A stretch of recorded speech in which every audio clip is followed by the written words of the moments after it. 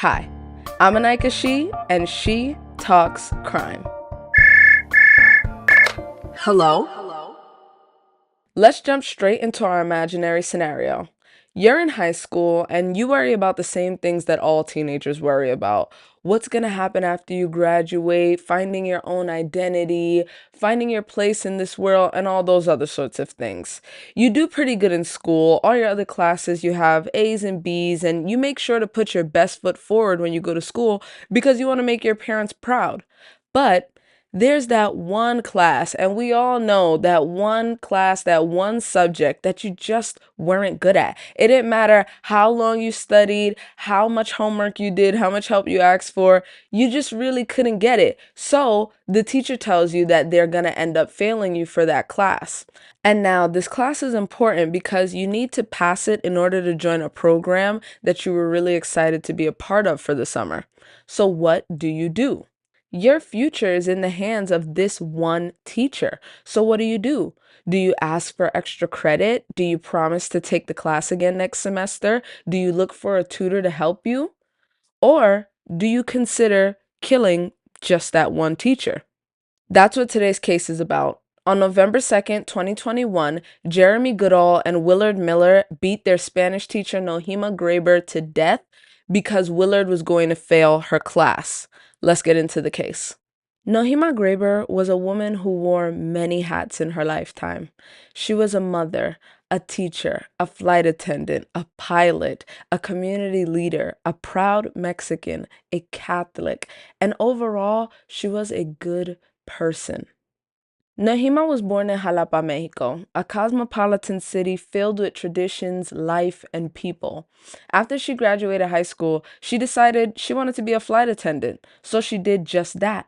And like many areas in her life, she always wanted the best for herself and for the people around her. So after being a flight attendant for a while, she decided, hey, I want to be a pilot. And so she did just that.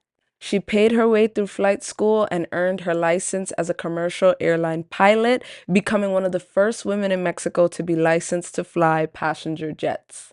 She met her husband Paul Graber at a random party when they were kids, but sparks didn't fly for well over a decade. 11 years later, Paul's flight had a layover in Nohema City, and he just decided to call her up randomly. And it was really random because they hadn't spoken in a very long time. But just as fate would have it, Nohema answered, and she also had that day off. So she met up with Paul, and that was the first time they'd seen each other since they were teenagers. And they hit it off, and soon after that, they were married. They lived in Mexico City for a while and they had two kids there before they decided they wanted a different life for their kids. They wanted to move to a place that they felt would be better. So they decided to move to Paul's hometown, Fairfield, Iowa. And after moving to Fairfield with her husband and her two sons, Nohema became well involved in the community, joining St. Mary's Catholic Church and having her third child, a daughter that she named after herself. And just like many other aspects in her life, Nohema was driven and a little unpredictable. And in her 50s, she decided she wanted to go back to school to get her degree because she wanted to be a teacher. And I respect that so much because I feel like as a society, everybody tries to age shame other people and try to tell them, oh, after a certain age, your life is over. Or some people feel uncomfortable pursuing their dreams after a certain age because they just feel too old. But that wasn't Nohema. She wanted something, so she went out and got it. She attended Iowa Wesleyan University and graduated with an English degree in 2006. Initially, she wanted to be an English teacher, which is why she got her degree in English. But at that time, Spanish teachers were in high demand, and Nohema obviously was fluent in Spanish, so she took that job. She ended up being a Spanish teacher for over 15 years, being beloved by the people that she worked with and her students. She worked at Fairfield High School for 9 years before she was tragically killed. She was well loved by not only her coworkers and students, but even the parents of her students. She was the kind of teacher that would smile and say hi to every student in the hallway. She would stop students and ask them about what's going on in their lives and how they were doing. She cared. One of her closest friends said that if she noticed a student was hungry or didn't have warm clothes for winter, she'd make sure that student was fed and warm, making phone calls to community members to ask for help and connecting those in need with resources. Her overall energy was very good. I would walk past her in the halls and she would say hi to almost every single student. She stopped me, she'd talk about like life, she'd talk about the sports I do. Everyone liked her. Like, I don't get why someone would do this. Cause like, who hates her? She's nice. Everybody knows that there's a trope that media gives to people who have died or were killed, that they were so nice and they were an angel and they light up the room. Social media jokes about it all the time. But Nohema was literally an angel. Literally every interview that I've seen, people speak about her, whether it's her students, her children, her husband, everybody is so devastated because they're so shocked that anybody would do something to hurt her because she was just so kind and such a good soul. Her son even said, quote, she was an angel of a woman and one of the kindest souls. And I know a lot of people who have lost their parents and specifically their mother. And being a mother is a hard and complicated job. And as a result, usually people's relationships with their mothers are pretty complicated, and that's reflected even when their mother passes. So it's very rare that you hear someone say something so passionate about their mother unless it's unequivocally true. Her family said to know Nohema was to love her. She was the kind of person every community longs to have in its midst, and we were blessed to have her in our lives. She lived for her children, her family, and her faith. Her next priorities were her job as an educator and the children she taught, her local parish, and the Spanish-speaking community of Fairfield. On November 1st, 2021, Nohema was celebrating Dia de los Muertos, which is a popular Mexican celebration that translates to the Day of the Dead.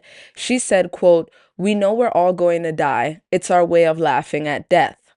Nohema was killed by her two students, Jeremy and Willard, the very next day. She was 66 years old and only a few days shy of her 67th birthday.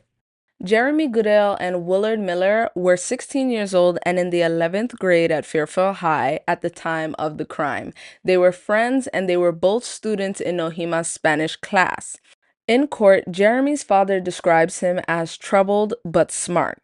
He has a large family and at home was loved by his father and his older sisters, but the love from them wouldn't make up for the lack of relationship with his mother after his parents had divorced. When his parents got divorced, his mother left the house and seemingly left her relationship behind with her children as well. It was really hard on Jeremy, his father said, and along with that, her mother had gotten into a relationship with an abusive man, and that put a further strain on Jeremy's relationship with his mother. He didn't want to go over there because that abusive man was over there. This was very hard on Jeremy, along with, his father said, COVID. COVID had a massive effect on him. He seemingly was depressed. He stayed in his room all day long with no human connection, just playing video games. His father said that he was terrified that Jeremy would take his life. Also, this isn't the kind of dad that was up on the stand making excuses for his son and trying to justify what he did. You could tell in the video of the trial that he was absolutely devastated at what his son did, and he was just trying to describe all of what led up to him making such a poor decision. So is it a safe assumption that you thought Jeremy was turning a level or turning a corner with his level of maturity? I was certainly hoping so. Were you concerned about Jeremy's maturity level? Yes, it was very clear to me that he was probably, in terms of emotional and intellectual maturity, he was probably at the bottom of the curve for his age group. His father said that when he found out about the murder, the month before, Jeremy was student of the month. That is a huge jump to go from a well-rounded, well-behaved, and good grade-getting student to teacher killer. His father also said that he was easily manipulated, which makes sense that when Willard Miller asked his friend Jeremy to help him kill their Spanish teacher, Nohema, he just went along with it. Now, this whole thing starts with Willard. He was a smart student, getting A's and B's in all of his classes except Nohema's Spanish 3 advanced class. He was vocally very mad at her teaching style, did not like the way she taught. I guess it didn't register for him. He wasn't able to grasp the material as quickly as he did in his other classes. And this was annoying him because his grade in this Spanish class was now lowering his GPA. You could tell it bugged him because he brought it up to his friends and his family, but it wasn't until he realized that his grade in this class could jeopardize his opportunity to join a study abroad program in Spain that he was looking forward to that he brought up murdering Nohema. Now, the high school I went to also had a study abroad Spain program, and I don't know if it's the same as the one at Fairfield, but I would assume it's similar. It was ran and facilitated by the Spanish teacher of that school, and it was usually reserved for the students in that Spanish class that were doing exceptionally well and showed an interest in wanting to go to Spain. It's supposed to deepen their connection with the language by introducing them to the culture and also immersing them in a Spanish-speaking place so that their Spanish could get better. So it makes sense to me that he's not doing good in the Spanish class, so he wouldn't get to go on the study abroad program to Spain. But that did not feel fair to Willard, and that's when he started to toy with the idea of killing his Spanish teacher. Because I guess somewhere in his mind, he thought if she died, that would somehow change his grade. I don't know. And I also just feel like that is such a far jump. Like, it really shows you how warped his mind has to be that a bad grade, the next step for you is, oh, I should kill the person. Like, that doesn't even make sense. Like, everybody in school has had a class, a difficult teacher, a subject that they're not good at, and we all have had to maybe fail a test, a class, or something. And I don't know if anybody has ever jumped to be like, oh yeah, I should kill the teacher, rather than asking for extra credit, maybe trying to do some volunteer work to make up for the work you missed. Or there's just so many things in between that he could have done that would have made far more sense than killing her over a grade.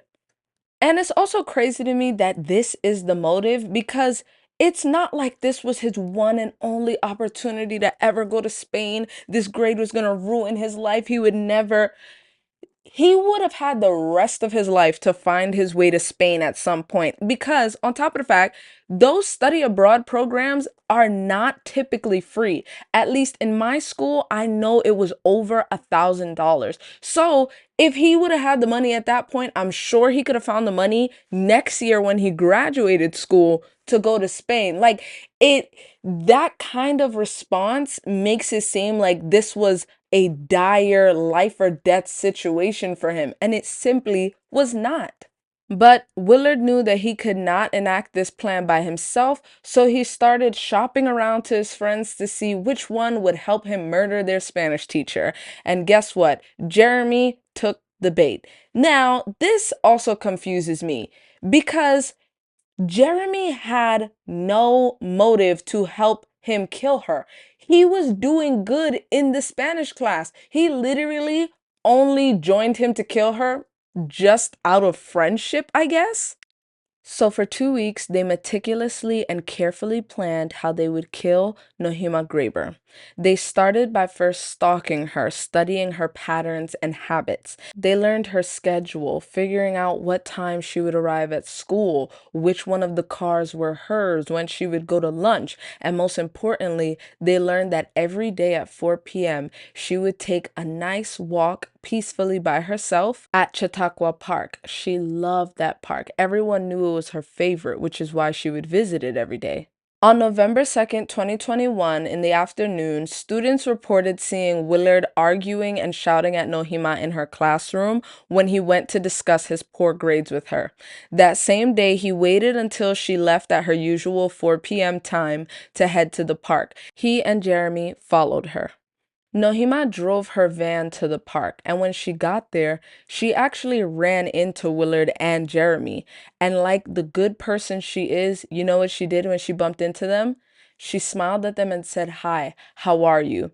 They then went to go hide behind trees and bushes, just watching where she was taking her path today. And they waited until she passed by them, and that's when they struck her. The weapon of choice was a baseball bat with flames, and as Nohema was walking past, they swung with full force at the back of her head. She immediately fell unconscious and was presumably dead, but they wanted to make sure, so they continued to bash her head in. Nohema suffered severe head trauma and had minor cuts and scratches. After viciously beating her to death, they dragged her body to a more discreet area of the park, which is where they left her. And the same witnesses who said they saw Nohema drive her van to the park saw her van leave less than an hour after she arrived, but now it had two males driving it instead of a woman. And the two males were Jeremy and Willard. They had stolen her van and they drove it to somewhere they thought that it wouldn't be found as quickly. They drove it to the end of a random rural road. After attempting to hide her vehicle, they didn't have any mode of transportation to get back home, so they just started to walk into town. They eventually called one of their friends to come pick them up, and that friend did come pick them up and drop them off at home. And they both went to their respective homes where they took a shower, they took a nap, they got something to eat, and they were relaxing until they were supposed to meet up later again that night at midnight to finish the job of what they started earlier in the day. They went back to Chautauqua Park and they went back to the scene of the crime. They picked up Nohema's body and they placed her in a wheelbarrow that Willard had brought from his house. They attempted to disguise the scene by wiping away any blood and picking up leaves with blood on them. They took off her turtleneck and her shirt and they tried to hide them in the trees nearby. They rolled her body quite a bit away to a nearby railroad track where they placed a tarp, then the wheelbarrow, and then a railroad tie over her body. They tried to kick the wheels off of the wheelbarrow and dent it up so that it would look like a piece of trash so nobody would come and try to look into it. After they felt they successfully covered their tracks, they both went to Jeremy's house and they got drunk. And that's how they left her. That's how they treated this 66-year-old woman. Whose mother, whose grandmother, who deserves that? Like, that is so disgusting and heartless and cold and mean. And I want to remind you that they did all of this over a grade.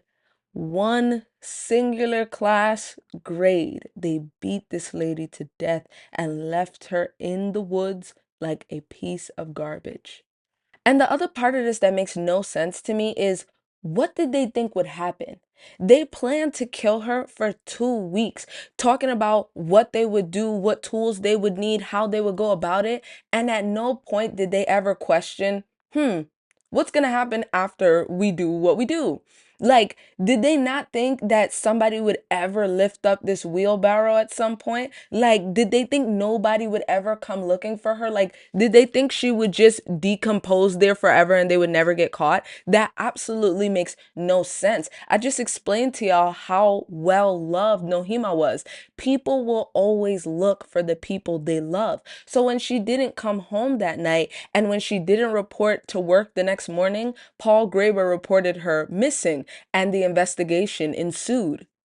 They started with what they knew, and they knew she went to work the day before, and they knew she went to Chautauqua Park afterwards because she always does. So they started searching the park, and when they didn't find her vehicle, they knew that something was up. They searched for her for hours before they discovered her body, and when they did, they knew it wasn't an accident. They knew it wasn't a suicide. This was a murder, plain and simple, and they had to find the killer. And like I told you, she was a pillar in that community. So when they found out that something bad had happened to her, the community immediately started coming forward with information and tips, anything to help the police. And you know whose name kept coming up? Willard Miller. One student came forward and told the police that the week before the murder, Willard had said to him that their Spanish teacher might go missing. Another student said that after the murder, he said he, quote, caught someone with his bat. Remember when I said, how did they think they would never get caught? Jeremy said that they just assumed no one would ever find her, and Willard said that he never even thought of consequences. And you can tell because apparently they were bragging about the murder on social media. A classmate of theirs came forward and provided the police with screenshots and social media exchanges and posts from both Willard and Jeremy that had details about the death and disappearance of Nohema, and also messages that included the motive, the plan, and the attempts to conceal the crime. I do have a few of the screenshots of the Snapchat posts that they made, and I'll put that on the screen. For my podcast listeners, I will describe to you what each picture says and looks like. The first one is a picture of either Jeremy or Willard's hand holding a Clorox bleach bottle. They're standing in their socks, and the caption says, "Time to hide a body." The next one seems to be a picture of Jeremy, and he's in a hoodie and a mask. You can only see about half of his face where his eyes are and a little bit of his bangs. And the caption says, "POV, you're my Spanish teacher, and this is the last thing you see." The third screenshot is either Jeremy or Willard with a black glove holding what seems to be a shovel and also holding a plastic green bag with materials in it. And the caption says, "No, I'm actually ready. Here we go." The last screenshot that I have is of a red wheelbarrow that is rusted on the inside, and inside of the wheelbarrow is a shovel that is also rusted, a seemingly portable lamp, and also the green bag full of materials that I mentioned earlier. And the caption says, "New wheelbarrow, who this?" Yeah. Literally, my jaw dropped when they showed these in the court video because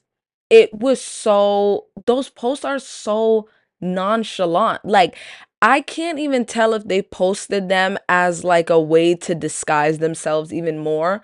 But that would be dumb because if you're trying to make it seem like it's a joke and your Spanish teacher actually goes missing, who do you think that they would look to after you posted that? Like, and to be honest with you, they are stupid. They are stupid. And I don't feel any shame in saying that. They are stupid for killing their teacher over a grade. They're stupid for bragging about it over social media. And they are stupid for thinking that they would ever get away with it. Like those social media posts are actually disgusting. Like, I'm actually disgusted. Like, they were so cocky. Like, it's nasty. Like, due to those social media posts, police were able to obtain a search warrant for their homes and their electronics, and both boys were arrested and taken in for questioning. This was the next day, by the way. When they searched their homes, they found clothes with a substance that appeared to be blood, and at Willard's house, they found the bat, but it was cleared of any DNA, like it was like wiped off. And on Willard's phone, they had found an email that had a list of items, including a baseball bat, a hammer, a knife, garden gloves, plastic gloves, trash bags, and wet wipes, which were found at the scene of the crime. They had also found that he Googled, quote, "Do students receive credit for class if professor is seriously injured or dies during course?" And if that don't sound like a smoking gun to you, I don't know what is. But it did not stop Willard from letting his imagination run free in this investigation. His story changed like he changed shoes every day. First, he said he had no idea about this, don't know what happened to Miss Graber, and he don't have no involvement. Then he said he was actually at the park at the time and seen something, but he wasn't involved. Then he said he actually knew who did it. It was a group of mysterious masked kids, and they forced him to use his wheelbarrow and for him to drive the van. Then he admitted to actually planning the attack on Miss Graber and said that he was going to carry it out, but he denied ever hitting her. He claimed he was more of a lookout, which is funny because even though they were partners in crime, him and Jeremy's stories never match up. They were both trying to sell each other out. Jeremy claims that he was actually the lookout and that Miller struck her with the bat first, but that they both hit her with the bat, and the forensic evidence supports that they both hit her.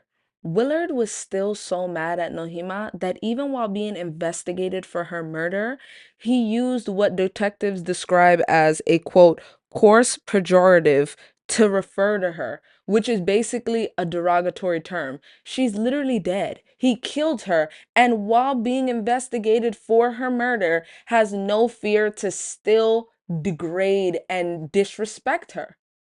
And Jeremy wasn't too far behind with the disrespect because in the interrogation room that he was in with his sister, that they were both aware is always being recorded, they tried to have a secretive, like whispery kind of conversation, but the camera still picked it up where she was asking him, why did he do it?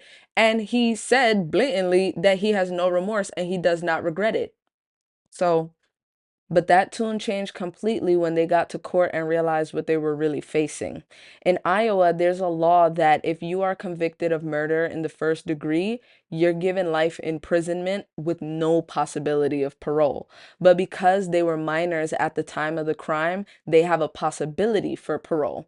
So they were facing life in prison and they were both on $1 million bond. So they both knew their best bet was to cooperate with police and feign some sort of remorse so that they could even get a chance at parole.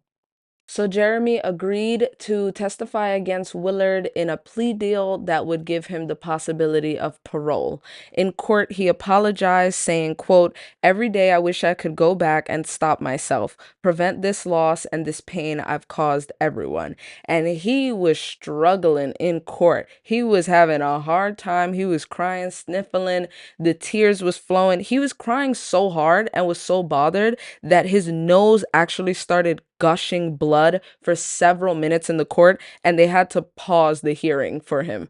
Everyone in the community and outside of it, those closest to me and those closest to the Graber family, as well as the Graber family, I didn't know how taking Miss Graber's life would affect you. I can't comprehend losing a loved one in such an awful way. I'm sorry I didn't stop this from happening in the first place.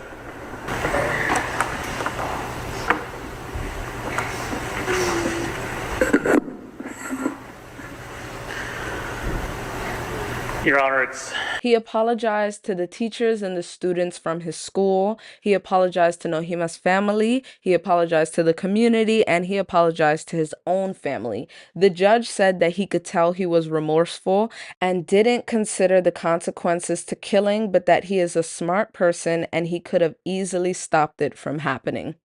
Willard also apologized in court, apologizing to Nohema's family, his own family, and Jeremy's family, actually. But the internet has criticized him for smirking in this apology and looking dead in the eyes. And I'll insert a clip here so you can see it. I'd like to take this opportunity to wholeheartedly accept responsibility for the role that I've played in the murder of Nohema Graber. I would like to apologize for my actions, first and foremost, to the family. I'm sincerely sorry for the distress that I've caused you and the devastation I've caused your family. And from the bottom of my heart, I am sorry for your loss. I'm sorry to hear about Paul Graber. It is a little weird. He does look like he's smirking, and there are many people who nervous laugh and nervous smile under uncomfortable situations. I'm even one of those people, but time and place, it really does look like he's faking it just because of that smirk. The judge on the case said that Jeremy has a better chance at rehabilitation than Willard because of his cooperation and his sincerity. Also, remember earlier when I told you that Jeremy's dad was in court and he was very disturbed and hurt and heartbroken over the actions of his son and he didn't make any excuses for him? The story wasn't the same with Willard's parents. They seemed more upset that investigators weren't nice to them and more forthcoming and didn't do as they told them. His mother testified in court that she was given a piece of paper to sign, which was actually the paper giving permission for the police to interrogate her son, but that she wasn't wearing her proper reading glasses and that she felt pressured to sign. And so when she asked them to stop investigating her son and interrogating him, and they didn't, she felt like that should be admissible in court, like they shouldn't be able to use it. His dad also said he felt his son was coerced and is not a violent person. I want to remind you all that this is the same son that planned the murder of his Spanish teacher for 2 weeks over a failing grade, and then recruited his friends to help him, and then bashed her head in repeatedly and dumped her body in the woods, and then took the murder weapon home and kept it. And there's evidence for all of that. But no, he's not violent. Also, random side tangent, his parents actually filed for divorce during the process of these whole legal proceedings. I guess it was just too much stress on the marriage that their son killed someone. Both of the boys were charged with murder in the first degree and conspiracy to commit murder, and they both pled guilty, and they were both given life in prison. Jeremy was given life in prison with eligibility for parole after 25 years, whereas Willard was given life in prison with the possibility of parole after 35 years, and he has to pay $150,000 in restitution to the Graber family. Because Willard is 17, he is currently being held in a youthful offender program until he turns 18. Then him and Jeremy will be sent to Iowa State Penitentiary. Jeremy is 18 at the moment, so he is going there first. A family member of the Grabers said that the killing devastated the family and hastened Paul Graber's death. Unfortunately, after Nohema died, the devastation and the heartbreak was too much for Paul Graber. He fell into a depression and started to delay his treatments for his cancer. He died in 2023, only a year and a few months after Nohema. The family holds them responsible for both of their deaths. After Nohema's death, the school that she worked at provided counseling for all of the students and staff. And when I looked on the website, they actually have an annual walk in her honor called Walk for Nohema. They also sell these cute pink shirts and sweaters in her name. There aren't many justifications for murder, but murder over something as stupid as a grade makes this case even more devastating and heartbreaking. She was just a sweet little old lady. I can't even imagine what the family is going through, and I'm just so sorry, and I'm so glad that they were able to get justice for Nohema. This case actually has so much information, articles, videos, more than any case I've researched before. So I highly suggest you guys look into it yourself. There's a lot of videos on YouTube. This case has a lot of coverage, but I didn't hear much about it on social media. Once again, all of the articles and information that I use is linked in the description box, and I'll see you guys on the next one. Bye, guys.